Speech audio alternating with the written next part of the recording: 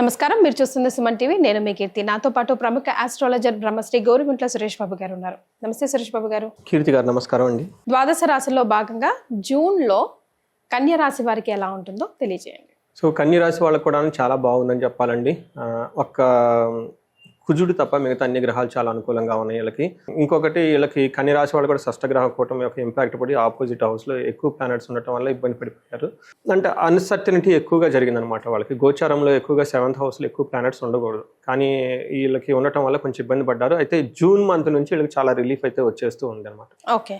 So మనం detail కనుక చూసుకుంటే కన్య రాశి వాళ్ళకి ఉత్తర 2, 3, 4 పాదాలు, హస్త 1, 2, 3, 4 పాదాలు, చిత్త 1, 2 పాదాలంతా మనకి కన్య రాశిలోనే ఉంటారండి.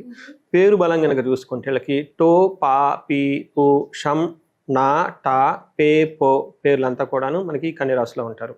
గ్రహస్థితి కనుక మనం చూసుకుంటే సూర్య సంచారం మిథున రాశిలో, బుధ సంచారం అగైన్ మిథున రాశిలోనే, శుక్రుని సంచారం మీన రాశిలోను, కుజుడు సింహ రాశిలో ఉన్నారనమాట. అంటే ఇక 12th హౌస్లో కుజుడు ఉండటం వల్ల ఈ కుజుడు కొంచెం ఇబ్బంది పెట్టే పొజిషన్లో ఉన్నారు.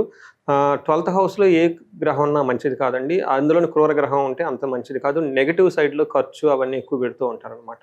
వీళ్ళకి ఇది ఒక్కటే కొంచెం డ్రాబ్యాక్, బట్ ఓవరాల్గా అన్ని విషయాల్లో చాలా బాగుంది. మనం సూక్ష్మ గోచారం, లఘు గోచారం ఉన్న ఒక కాన్సెప్ట్ కనుక చూసుకుంటే మన మహర్షులు ఇచ్చిన దాంట్లో చూస్తే 10th హౌస్లో సూర్యుడు ఉండటం వల్ల బాగా కలిసి వస్తుందండి. ప్రొఫెషన్లో చాలా స్ట్రాంగ్గా ఉంటారు వీళ్ళు.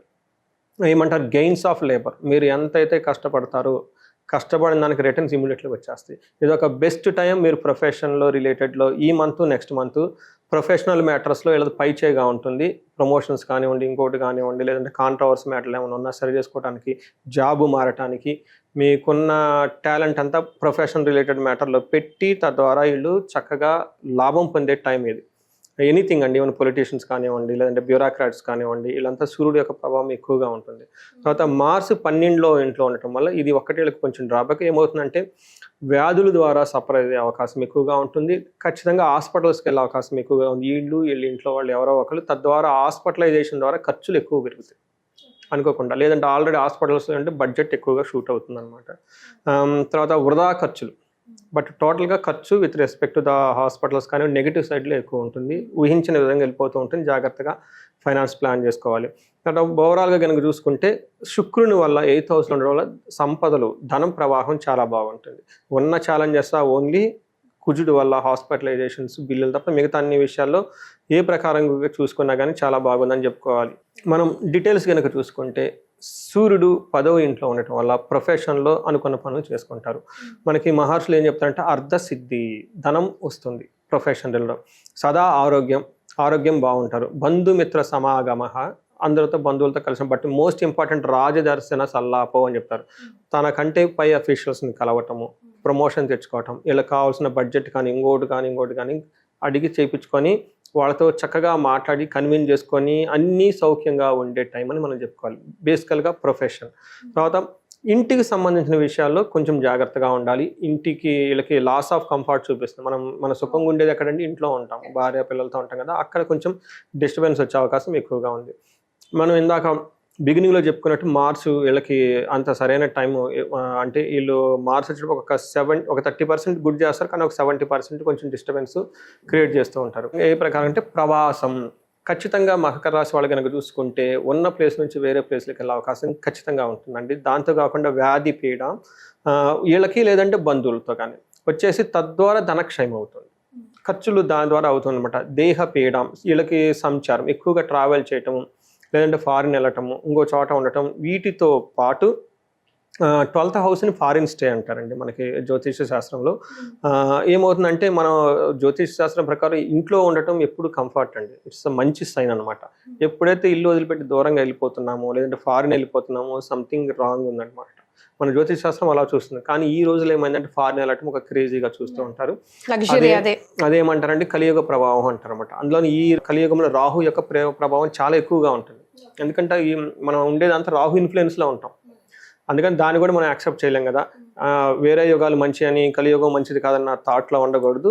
ఈ యుగ ధర్మం ప్రకారం ఇది రైట్, ఫారిన్ వెళ్ళటమే రైట్. అంతే కదా. చీట్ పడేది ఏమి ఉండదండి. It's all flow, Maya. TV చూస్తాం, కంప్యూటర్ చూస్తాం, మొబైల్ చూస్తాము, సినిమాల్లో చూసి ఫీల్ అవుతూ ఉంటాము. So this is all because of Rahu యొక్క ఇంపాక్ట్ ఉండటం అన్నమాట. అందుకని వీళ్ళకి ఏమవుతుందంటే 12th హౌస్లో ఉండటం వల్ల ఏమవుతుందంటే పూర్వకాలంలో మంచిది కాదు, కానీ ఈ కాలంలో అది మంచిది. అందుకని ఎవరైనా ఫారిన్ వెళ్ళాలనుకున్న వాళ్ళు కానివ్వండి, ఇంకొకరికి వాళ్ళంతా బాగా కలిసి వచ్చేది, పాజిటివ్గా ఉందని మనం చెప్పుకోవాలి. ధన ప్రవాహం అయితే ఖచ్చితంగా ఉంటుంది వీళ్ళకి. ఏ ప్రకారంగా చూసుకున్నా కానీ మానసిక ఒత్తిడి ఎక్కువగా ఉండే అవకాశం ఎక్కువగా ఉంటుంది, కొంచెం జాగ్రత్తగా ఉండాలి. ఓకే. అయితే వీళ్ళకి శుక్రుడు చాలా మంచి యోగ్యతను ఇస్తూ ఉన్నారండి. చూసుకుంటే వీళ్ళకి దుఃఖనాశ మహాసౌఖ్యం. ఇప్పటిదాకా వాళ్ళు ఏదైనా విషయం గురించి బాధపడుతూ ఉంటే ఖచ్చితంగా దానికి సొల్యూషన్ దొరుకుతుంది. మనం ఏం చెప్పుకున్నాం అంటేనండి, శుక్రుడు వీళ్ళకి షష్టగ్రహ కూటమిలో 7వ ఇంట్లో ఉన్నారు. శుక్రుడు 7వ ఇంట్లో మంచిది కాదు. అందులోని పర్టికులర్గా with respect to the wife, with respect to the luxury, comfort, love, romance విషయంలో చాలా టఫ్నెస్ని ఫేస్ చేశారు వీళ్ళు. అందుకని ఎప్పుడైతే శుక్రుడు మారిపోతున్నాడో అప్పటిదాకా వాళ్ళు పడుతున్న ఏమైనా దుఃఖం ఉంటే అదే అంతమైపోతుంది. దుఃఖానాశంత మహాసౌఖ్యం, కంఫర్టబుల్గా ఉంటారు. బంధుమిత్రులతో చక్కగా కలిసి ఉంటారు. రాజదర్శన మాప్తి, అగైన్ ఇక్కడ కూడా ప్రొఫెషన్ రిలేటెడ్ మ్యాటర్స్లో చాలా అనుకూలంగా చూపిస్తూ ఉందన్నమాట. గవర్నమెంట్ ఆఫీస్ని కలవటము, లేదంటే పై బాసులను కలవటం, ఇలాంటి వాళ్ళని కలిసి తద్వారా అన్నీ సాధించుకునే అవకాశం ఎక్కువగా ఉంది. ఈ టైంలో మంచి ఫుడ్ కూడా వీళ్ళు ఎంజాయ్ చేస్తారు. సో మనం చూసుకుంటే సమరీ, అటు సూర్యుడు ఇటు శుక్రుడు మంచి యోగ్యతనిస్తూ ఉన్నారు. కుజుడు కూడాను అంత ఇబ్బంది పెట్టే పొజిషన్లో ఏమీ లేరు. బట్ ఓవరాల్గా కనుక చూసుకుంటే ఒక 70% చాలా బాగుంది. అంతకుముందు 2 months పడిన బాధల నుంచి చాలా రిలీఫ్ వస్తుంది. సో మరి నక్షత్రాల ప్రకారం కూడా కలిసి వస్తుందా వీళ్ళకి? నక్షత్రం ప్రకారం మనకి అంగగోచారం అన్న ఒక కాన్సెప్ట్ ఉందండి. మహర్షులు అద్భుతంగా ఇచ్చారు. ప్రతి నక్షత్రం కూడా ఎలా ఉందో మనం తెలుసుకోవచ్చు.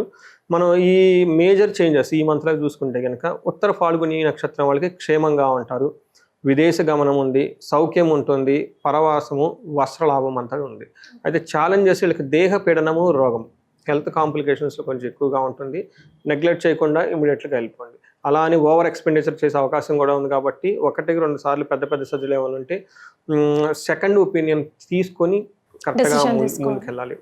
ఒక చిన్న ఎగ్జాంపుల్, యూఎస్ నుంచి ఒక క్లయింట్ ఫోన్ చేశారు. వాళ్ళకి ఆల్రెడీ స్టంట్స్ అయ్యో ఉన్నాయంట, ఇంతకుముందు ఎప్పుడో చేసుకున్నారు. బట్ రైట్ మళ్ళీ డాక్టర్ ఏదో సజెస్ట్ చేశారంట. నన్ను అడిగామండి ఎలా ఉందని చూస్తే, నేను ప్రశ్న శాస్త్రం చూసి సెకండ్ ఒపీనియన్ తీసుకోండి, డైరెక్ట్గా వెళ్ళకండి అని చెప్పాను నేను. సో వాళ్ళు ఏమన్నారంటే, కాదండి యూఎస్లో చాలా స్ట్రాంగ్గా ఉంటాయి సిస్టమ్స్ అంతా, మన ఇండియాలో అలాగా ఉండదు, ఇక్కడ సెకండ్ ఒపీనియన్ ఆల్మోస్ట్ అవకాశం ఉండదు, ఆ పెద్ద హాస్పిటల్స్లో అంతా ఆన్లైన్ ఉంటుంది, ఇక్కడ మనం చూపించుకుంది వేరే డాక్టర్కి వెళ్ళిపోతే మళ్ళీ అక్కడ వాళ్ళకి తెలుస్తుంది, అది సమ్ సోషల్ ప్రిస్టేజ్ సంథింగ్ చెప్పుకొచ్చారు. Because I cannot go beyond of certain thing కదా, my job is to advise him, that's all, it's over. After 3 months తర్వాత మళ్ళీ మొన్న ఫోన్ చేశారు, ఏమండి మీరు చెప్పింది కరెక్ట్ అండి, మీరు సెకండ్ ఒపీనియన్ తీసుకోమన్నారు, నేను సెకండ్ ఒపీనియన్ రిజెక్ట్ చేశాను, కానీ నాకు అవసరం లేకుండానే సర్జరీ చేశారని రీసెంట్గా తెలిసిందండి. I'm going to shoe the file legal cases అంతా. చూడండి, మన బాడీని మనం ఎక్స్పెరిమెంట్లుగా వాడుకుంటే ఎట్లండి. ఇక్కడ నుంచి మనము ఫారెన్ కంట్రీస్కి వెళ్తాం, అక్కడ ఏదో మంచి జరుగుతుందేమో, ఇంకా the best of the best వైద్యం అందుతుందేమో అని, కానీ అక్కడే చాలా జరుగుతున్నాయి. ఈ మధ్యకాలంలో చాలా విన్నాను నేను కూడా, ఈవెన్ ఫ్యామిలీ లిస్ట్లో కూడా విన్నాను. ఎవ్రీథింగ్ ఈజ్ ఎ బిజినెస్ అండి. ఇప్పుడు వాళ్ళకి అవసరం లేదు, ఏదో సైకలాజికల్ భయపెట్టేశారు, సర్జరీ అయితే చేశారు, వాళ్ళకి ఇన్సూరెన్స్లు అవన్నీ ఉంటాయి, చేతిలోంచి డబ్బులేం పోలేదు, ఓకే, ఎందుకంటే ఇన్సూరెన్స్ ఉంది. బట్ సఫర్ అయ్యేది మనిషి కదా. ఇది శరీరం వచ్చేటప్పటికి మనకి దేవుడిచ్చిన గొప్ప గిఫ్ట్ ఇదే కదా ఫస్ట్. ఇది లేకపోతే మనం ఎక్కడ ఉన్నాము, అది చాలా బాధ చేసింది. నాకు ఇంకొక విషయం ఏంటంటే, జ్యోతిష్ శాస్త్రం ఎంత కరెక్ట్గా చెప్తుంది, ఇది ఒక ఎవిడెన్స్. నాకు కాన్ఫిడెన్స్ పెరుగుతుంది కదా ఇలాంటి చెప్తే. సెకండ్ ఒపీనియన్ తీసుకోమని చెప్పేశాను. మళ్ళీ అతను 3.5 months తర్వాత మళ్ళీ తిరిగి ఎక్కడో అమెరికాలో ఉన్న అతను నాకు ఫోన్ చేసి మళ్ళీ చెప్పడం అంటే, అది మీ ఫీడ్బ్యాక్ ఇస్తున్నానండి అని చెప్పారు అనమాట. ఈ ఫాలోస్ మై వీడియోస్ ఉండాలన్నమాట. సో వీళ్ళకి హస్త నక్షత్రం వాళ్ళకి క్షేమంగా ఉంటారు, పరవాసము, వస్త్రలాభం ఉంది. బట్ వీళ్ళకి ఫైనాన్షియల్ క్రైసిస్, హెల్త్ ప్రాబ్లం రెండు ఉండే అవకాశం ఎక్కువగా ఉంది. మనకి దరిద్రము, దేహపీడనం రెండు చెప్తూ ఉంటారు. అలానే చిత్తా నక్షత్రం వాళ్ళకి క్షేమంగా ఉంటారు, పరవాసం ఉంది. చిత్తా నక్షత్రం వాళ్ళకి కొంచెం కేర్ఫుల్గా ఉండాలి, వీళ్ళకి ఛాలెంజెస్ ఎక్కువగా ఉంటుంది. ఒకటి ఫైనాన్స్, రెండోది హెల్త్ కూడా కొంచెం సీరియస్గా ఉండే అవకాశం ఎక్కువగా ఉంది. ఇన్ఫెక్షన్స్ వచ్చే అవకాశం ఎక్కువగా ఉంటుంది. లేడీస్ పర్టికులర్గా చాలా కేర్ఫుల్గా ఉండాలి. ఇది మనకి వీటితో పాటు ఉత్తర ఫాల్గుని నక్షత్రం వాళ్ళకి ధననాశనం, అనవసరంగా ధనం కోల్పోయే అవకాశం ఎక్కువగా ఉంటుంది. మిగతా నక్షత్రం వాళ్ళకి అంతైతే ఇంకా పెద్ద ప్రాబ్లం అయితే ఏమీ లేదండి. రైట్, మరి రెమెడీస్ ఏం సూచిస్తారు సురేష్ బాబు గారు? వీళ్ళకి సూర్యుని వల్ల కొంచెం ప్రాబ్లమాటిక్గా ఉందండి. సూర్యుడు 10వ ఇంట్లో ఉన్నా కానీ 4వ ఇంట్లో ఉండటంతో కొంచెం ఫిజికల్గా హెల్త్ రిలేటెడ్తో ఉండటంతో పాటు, బట్ మేజర్ డెసిషన్ ఎక్కడంటే అండి 12th హౌస్లో కుజుడు ఉండటం వల్ల వీళ్ళు కందులు దానం చేయటం చాలా సింపుల్ అండ్ ఈజియెస్ట్ రెమెడీ. లేదంటే అట్లీస్ట్ కందిపప్పు దానం చేసినా కానీ ఈ రోజుల్లో ఎక్కువ కందులు దొరకట్లని కందిపప్పు చేస్తున్నారు. అంటే పరిహారాలు కూడా మోడర్నైజ్ అయిపోయాయి అనమాట. సూపర్ మార్కెట్లో వెళ్ళిపోవటం, ఒక కేజీనో టక్కన పిక్ చేసుకోవటం, అంది వేల వరకు ఇచ్చిపోవడం, దండం చేసుకొని వెళ్ళిపోవటం. అలా ఫాస్ట్గా చేయగలగాలండి. అంటే లేదంటే అన్ని చాలా పెద్దగా, అంటే మనం బిజీగా ఉంటాం ఉదయం నుంచి సాయంత్రం వరకు, టైం ఉంటుంది. ఉన్న టైం కూడా సాటర్డేస్ వీకెండ్స్లో ఉంటాం. ఇది కూడా ఫ్యామిలీతో ఉంటుంది, ఎక్కడ టైం ఉందండి. అందుకని ఈ రెమెడీ చాలా క్విక్గా చేయటం ఇంపార్టెంట్. వీటితో పాటు వీళ్ళకి సుబ్రహ్మణ్యేశ్వర స్వామి దేవస్థానం చేయటం, మానసాదేవి స్తోత్రం అని ఉంటుందండి, అది చదవటం కనుక చేస్తే చాలా బాగుంటుంది.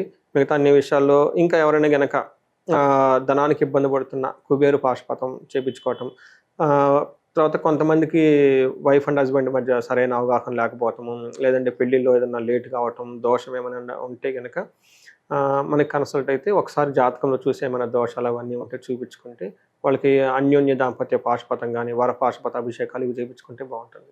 రైట్. సో కన్యా రాశి వారికి జూన్ నెలలో ఎలా ఉంటుందో తెలియజేశారు. ధన్యవాదాలండి. ధన్యవాదాలండి.